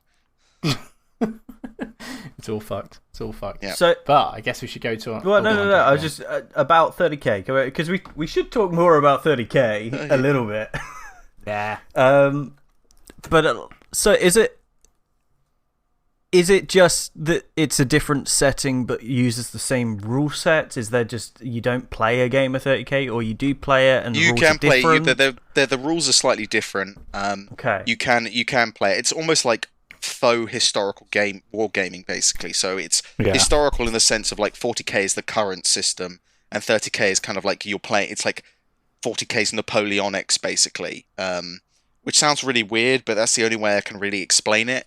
yeah. So the best way to describe it is you're playing a make-believe historical war game, like certain, because everyone knows what happens at the end of it, of 30, like the Horus Heresy, and like certain battles happen, certain things happen, certain people, certain goodies and baddies died and all that kind of stuff, and you're like, yeah, I'm gonna just play with all these super hard bodies, find other super hard bodies, in this basically just a rip off of the War in Heaven, and it's great. Okay. Yeah. So, yeah. All right. No, that's cool. So, like, if someone either is coming to Warhammer fresh or is coming even just from 40k and they want to get into 30k, what do they do? The novels are a good start. Like there's literally a whole novelization of the Horus Heresy. There is like a goddamn ton of them, but they're pretty good. Not all of them are great, but some of them are pretty good. The wikis are also pretty good. There's a lot of and even just asking questions in the community. Like there's quite a big community on Instagram, and actually most people are very happy to answer questions and things like that and help you get into it, really. Yeah, the books are the big thing. Like you could read like the first 3 or 4 books in the Horus Heresy series, and there's like 50 or something at the moment. And then you basically read those, you have your core foundation. And let's say if you're coming into it from 40k, you know what a space marine is, you know what this, that, and the other is. And yeah, you read those and you're like, okay, I've got the everything, because you basically, the novels start with everything starts to go bad. And then the rest of the story is all about, the various like smaller conflicts and larger conflicts and people's individual stories. It's quite good because the reason I like it so much is that with like 40k, obviously you get like the human side of it in 40k, which is really nice. So all this like what it's like, how awful it would be to be a human, which is a lot more relatable. But a lot of the like Space Marine stuff can be, because they're so far removed from humanity, because they're just sort of psycho-indoctrinated, like man baby warriors. Because they're all like raised up from when they're like 13. You put all the organs in them, and then like 10 years later you send them off to go kill stuff. Whereas in 30k they haven't been so indoctrinated, so they're a lot more human, and they have a lot more character, and they have their own flaws, and they're going, you're basically experiencing them going through something which they never thought could ever be possible. Like it's so unbelievably alien, for want of a better word, and wrong that this is having to happen, and this is happening. It's like when you have like some really good passages of like sort of when the first shot's fired and they're like, what the hell is going on? Like, this must be an accident. It must be an accident. And it's not. It's people who that a moment ago they were friends with and had camaraderie with, and they just turn on each other. I know, like all the hate and the anger and emotion that comes from that. It's basically like a giant Greek tragedy, basically, in space. Yeah. In space. It's cool. Yeah. If in terms of, I guess, the game itself, let's assume if you were coming from a 40k background, let's assume you have I'm trying to remember what, an ultramarine army, right? Because I assume the ultramarines would still be in 30k as one of the factions. Yeah, or like the problem is there's a lot of different aesthetic, because there is like a very slow technological growth from like devolution. So you might be able to. It's funny, like that's what I'm wondering. There's a lot of controversy about like the gatekeeping stuff. Like you would probably very easily be able to get like an intro game where you're like, I just want to try the system out with my Ultramarine army. But 30k is very much more like a narrative thing. So people take a lot of pride in like their armies and like making sure they're like historics, like, and so people like really like the details and they really get into the nitty gritty. So you wouldn't be able to turn up to a narrative event with your 40k Ultramarine army, unfortunately. Okay. You would have to kind of do your own. You could still do Ultramarines, but you'd have to do them in the 30k aesthetic, basically. Yeah, because I was wondering that, because if it's obviously 10k, quite a while. Yeah. But also those little bits of plastic, fucking expensive. Mm-hmm. So I was wondering if it is one where if you've got the those chapters, you have an army that is sort of applicable. If you put that in and be like, yeah, I've got this. This is the build, but obviously it's the gun he has is the older model than the current one. They're all painted with Hello Kitties. Obviously. Just paint some like board game markers that you got out somewhere, and the stat blocks are all on books. That'll be fine, right? They won't kick me out of anything. You can use like, it's much easier to use 30k stuff in 40k than vice versa, because there's new stuff in 40k which did not exist in 30k, which means like you can't. There's not rules for it. Yeah, that's the way it would work, and a lot of people do that. They and it's quite easy just to make a few changes. You could make a few extra models here and there, which means that you could pop it into your 30k army then, which will make it usable for like current rules in 40k. But that surprisingly it doesn't happen that often, because it very much seems to be either somebody will be like a purist, one or the other, or if you do go into both, you just have armies for both. A lot of people, it seems to be for a lot of people, which is they just spend all their money on it, like any sort of plastic crack addiction. Plastic crack, hell yeah, let's go. Yeah. Good. Right, yeah, sorry, we can move on to the last one there, Rob. I just thought we should gesture towards professionalism. Yeah, for sure. we probably should let him talk about it a little bit. Yeah. So 100%. And it is cool. Like, the Horus Heresy stuff, like, reading into it from the stuff I've read, is pretty sick. Like, I do really like it. And that was how I sort of know about Warhammer from you, Matt, because I've known Matt for years. Just talking about it, maybe, and it's like, this is really sick to listen to. And I'm sure it will become more popular. I know it's 40k once Henry Cavill's, got his chest out and whatnot. Got them pecs out. These guys are onto the right idea. They get the podcast started now, and then they've got Henry Cavill on it by the end of the year. Yeah. Oh yeah, definitely. Yeah, the dream. Got him lined up. Yeah. Put in a word, mate. Yeah. And he's here Okay. tonight. Yeah. Henry Shall we go Cavill. into- I'm sorry, Ed. We're not going to get that sort of. Can you imagine? They get Henry Cavill, we get Ed. Fucking no, that was said in a nice way because But Ed's then who's amazing. going to listen to it? Have you ever seen Ed and Henry Cavill No, in the same no. room together? No. Oh, there you go. Ed's the only person we can't get on. Right. Right, I'm should going to we- edit should this we get bit. to it? Let's move on. Final bracket. Let's go.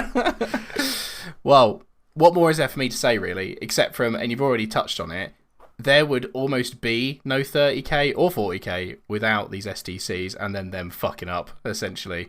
Go on, Ryan. Look, Argue your for point. fuck's sake, lads. Don't choose a fucking 8K, 40K printer over dinosaurs riding big dinosaurs. Like, come on now. I respect you both. There's Nah, more to- it's my there's more time to to it than- talk. No, there's not. Don't do this. For the good of humanity. So if Slanesh got through, there'd actually be a conversation here. We're talking between printer and dinosaurs. So if dinosaurs lose, I said this maybe last week or the week before, I will quit the podcast. Okay. Bracket. This doesn't impact. What's a This doesn't impact Matt or I at Yeah, all. it If doesn't you impact- quit the yeah, yeah, podcast, so it's Well, no, that doesn't influence us at all. He'll have to quit change your the podcast format. as well. Yeah. I won't come on your podcast when you inevitably need to talk about dinosaurs for no reason. So Oh yeah. think about So that. I think we should open the floor for everybody to vote for the final one, because I think just the two of us, because we could vote half and half. I don't know what Nick's going to Yeah. go for, so I think we should open it to the floor for a group vote. Let's I'm let happy you for two that. get your votes out first, though. Okay. Yeah. Yeah, that's Also, then there would be four of us, so it still could technically be half and half. But, yeah. What do you say? I still go for STC. This is a really difficult one. Like it is really difficult.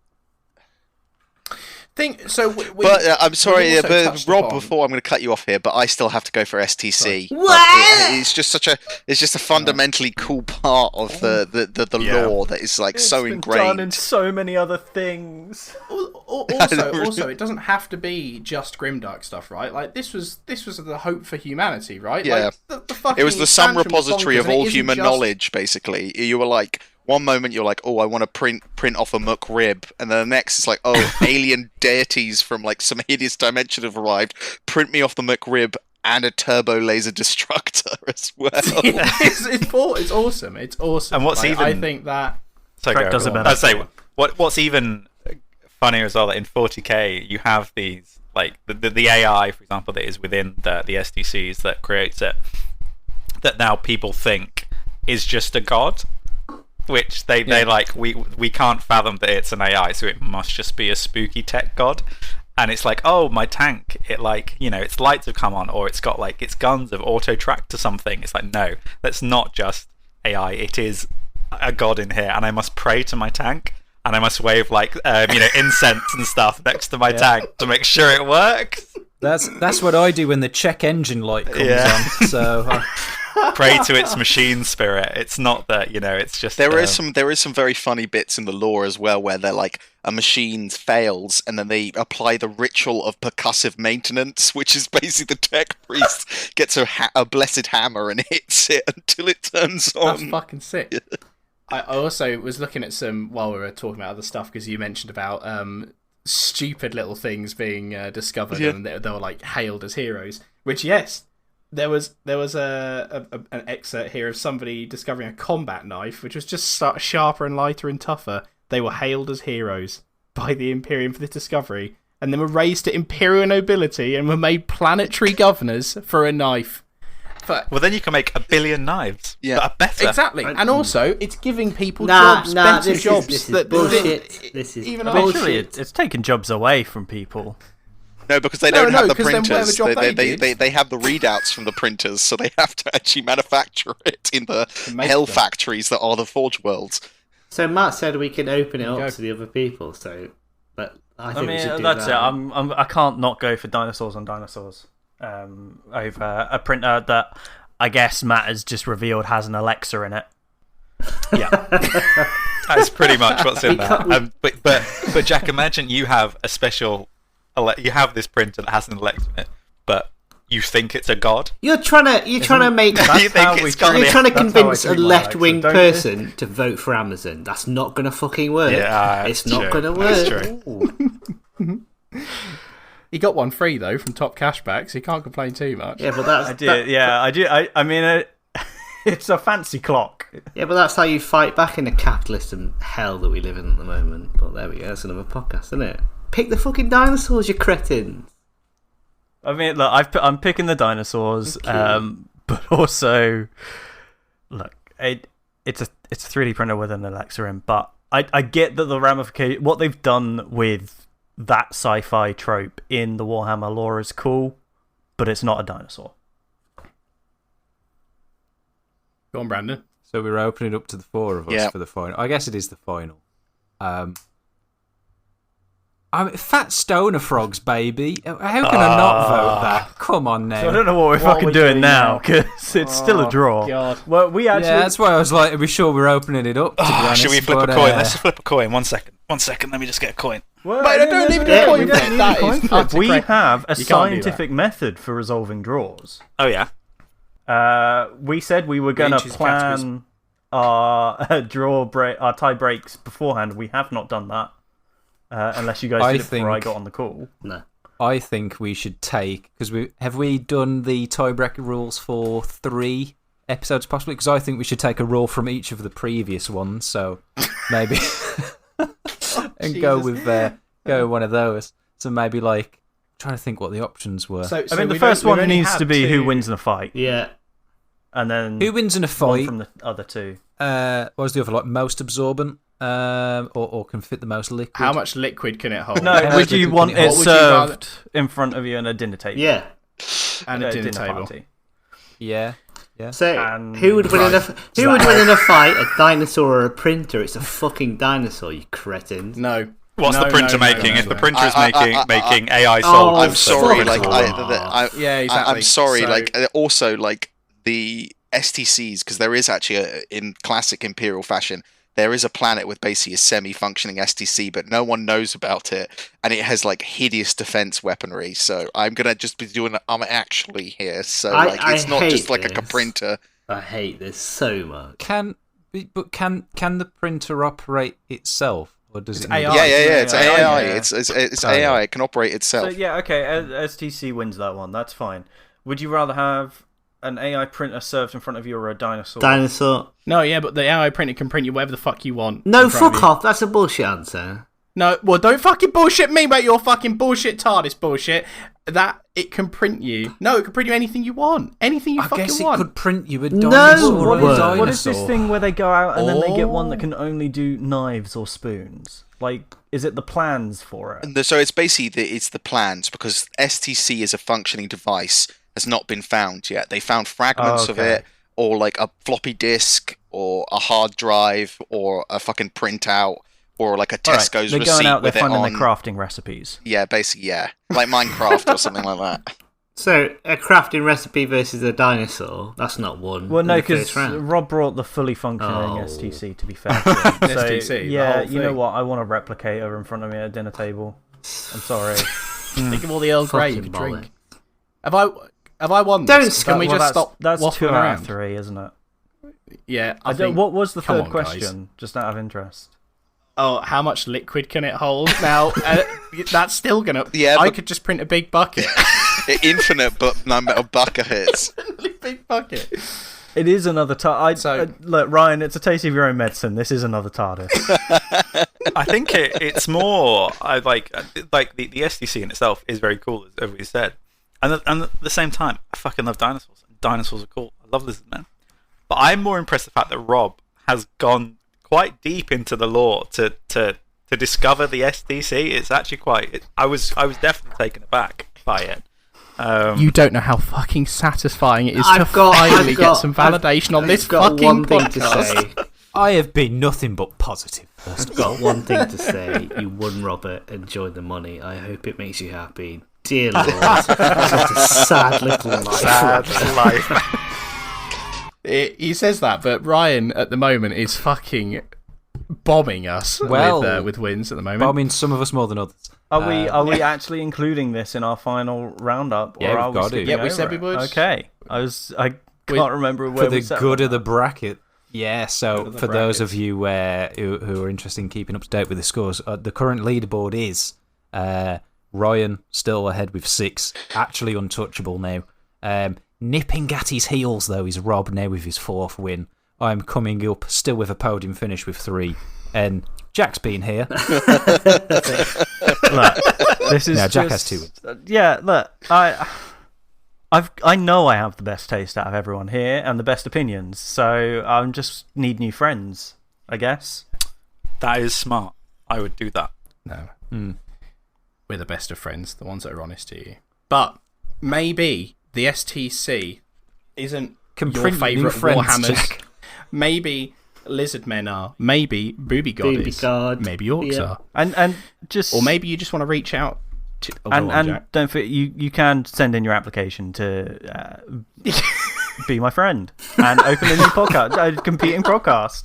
You know what? We'll go with what I wanted to call the podcast, which was Butt Stuff, which is a better name.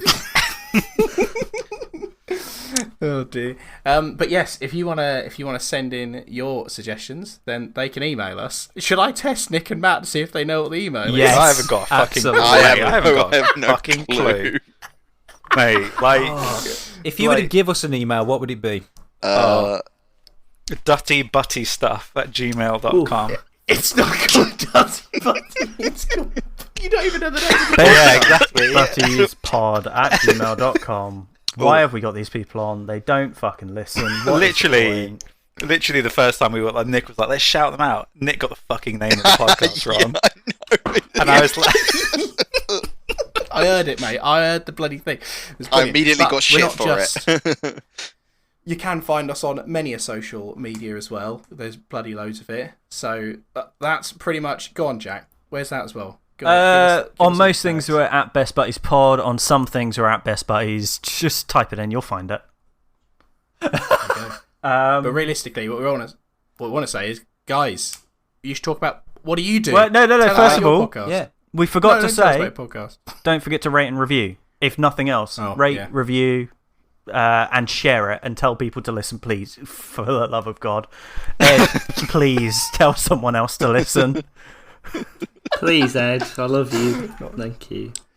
Not desperate at all. But yeah, no, guys. yeah. Tell us more about the Outcast Sons. The first place to go once you've read the Horus Heresy books, I guess. So it's basically just Matt and I. We kind of come up with a vague range of topics, often about half an hour before we start recording the podcast, and then we just chat about it, and then inevitably Matt starts waxing lyrical about Ultramarines, and my eyes glaze over slightly. But it's good fun, and people seem to enjoy it. So if you're interested in the game, if you're interested in the fluff, like give us a listen. It's not super serious. We're not like super tryhards. Well, one of us isn't a super I am a tryhard, tryhard, but I try. but- Yeah. Yeah, so give it a listen. Yeah. We just, Nick said, just chat about Heresy. Generally talk about like new stuff that's come out when it does. I go to a lot of like Horus Heresy like gaming events, so often chat about like that, some of the games that I've had, so what we're doing with armies, bit of like lore and fluff stuff, and Jason just basically just chat absolute bullshit, which is lovely, and it's an absolute treat. So yeah, come and give us. Listen, we're currently only on Spotify at the moment because I am lazy and I need to do that Yeah, and get it on everything. Yeah, I need to sort it out. I set up a link tree today. I haven't put anything on it yet, but I will do that. So that's going to be my plan. It's just a blank. It's just a blank link. This is going to take us time to edit. So what is the link tree? And you can put it here. And by the time this comes out, it'll be set up. Yeah, True. Well, I will do that, and I am going to make an Instagram thing for us as well. So it will be, because at the moment, it's completely ad hoc. It was just me and Nick just rambling on about stuff, and I was like, okay, maybe we should. After speaking to you guys and our pre-podcast thing, I was like, God, we're so unorganized. But it's still good though. I get messages every few weeks going like, oh, when's the next episode coming out? Yeah. So I wonder what that's like. Yeah. Agree. I'm going to test that though. You don't need to know anything about Warhammer to listen to it. I like listening to it, especially all the hand flamers and everything. That was great on the first episode. So love it. It's good. Yeah, it's good. But thanks for having us on. Yeah, thank you very much. It's been a delight. You're very thank welcome. you. It's been great. Guys. Thanks for good to chat. teaching us. It's a shame that you felt too sort of ashamed in your horniness to pick the correct answer. Yeah, That's it's fine. true. Yeah. Look, Felt Jack, dirty. if you'd chosen Necrons, it would have been a clean sweep. Oh, I was so close to fucking. Yeah, if you chosen I was looking at them, I was reading about them, and the problem is I saw horny stuff. Go on. Yeah. Okay. It Tits wasn't and just tits, right? You can get on to. There's some fan art that goes a lot further than Games Workshop there's some ever fan would. art. Also, the bisexual colouring of Slaanesh and their armies is just incredible. So that's my hot take. Yeah, no, they're cool. They're really cool. I didn't get across how cool they are because I thought I could win on tits alone. Normally that would have worked, I think. Now, one thing, well, we sort of covered it the previous episode, so it's worked out quite nicely that Rob has actually won again. But what is our final topic before we go into the best Butties bracket bonanza? Oh, yeah. So the topic for the next episode is the best Dan. It's the best Dan. So I thought it was Dave. Dave. It's going to be absolutely great. It's No, Dan. it was Dan it's not 'cause it Dave. was Oh wait, the belt. Is it Steve? No. Maybe it's Steve. Yeah, No, it's maybe. Dan. It's Dan. The best Dan is the next one. So Dan. Dan. Really trying hard to find our niche so we can actually get people to listen. Yeah. people's names. So if your name's Dan, get in touch at Best Buddies Pod. No, thank you everyone for listening. Hope you had a good time. Make sure to check out proper podcasts like the Outcast Sons. Thank you for coming in. Nice little Thanks for having us, crossover. Guy. That was Thanks, guys. delightful. As I've been eating my takeaway that was delivered to me. Saw your room service. Got Been great. Yeah, I know, right? I'm really worried. Fun hearing that chomp, Yeah. chomping on the audio track. I was thinking, I was like, oh god, the editing about. Bye, guys. I love you. Bye. Bye, love you. Love you, Bye. Ed. Kissy, Bye. kissy.